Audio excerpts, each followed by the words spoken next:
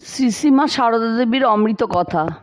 সন্তানের কষ্টে অভিভূত হয়ে এরকম কোনো কোনো ক্ষেত্রে মা নিজের অলৌকিক দেবী শক্তিকেও প্রয়োগ করে ফেলেছেন। স্বামী মহাদেবানন্দ বলেছেন, শ্রাবণ মাসে অবিরাম বৃষ্টি হচ্ছে।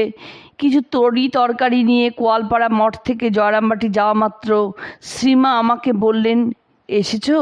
বেশ হয়েছে, অনেক দিন থেকে কেউ আসেনি, বাজার টাজার হয়নি, আজ থেকে বাজার করে দিয়ে যেও।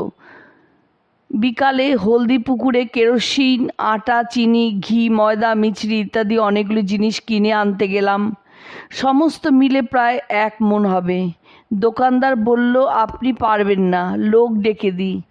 মা কুলি নিতে বলেননি, তাই কুলি নেওয়া সঙ্গত নয় বিবেচনা করে বললাম, কুলির দরকার হবে না, আমি পারবো, আপনি ঝুড়িটা আমার মাথায় তুলে দিন।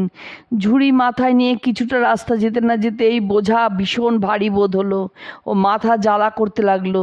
উপরে বৃষ্টি, এক হাতে ঝুড়ির উপর ছাতা ধরে রেখেছি, পিছল পথ, সন্তর্পণে চলতে হচ্ছে। মনে মনে নিজেই নিজেকে বলছি, পা পিছলালে চলবে না, এ তোমাকে নিয়ে যেতেই হবে। পথের মধ্যে গরুর গাড়ি যাওয়ার একটু নিচু রাস্তা অতিক্রম করতে হয়। কোনো ক্রমে সেই রাস্তাটি যেই অতিক্রম করেছি, আর সঙ্গে সঙ্গে বোধ হলো বোঝা একেবারে হালকা। কী যে হলো ঠিক বুঝতে না পেরে মিনিট খানেক দাঁড়ালাম, তারপরে অক্লেশে মার বাড়িতে চলে এলাম।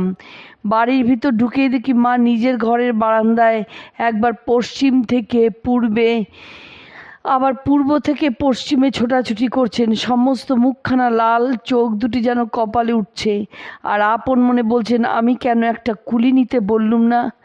বোঝা নামানো হলে মা বললেন, একটা কুলি নিতে হয়।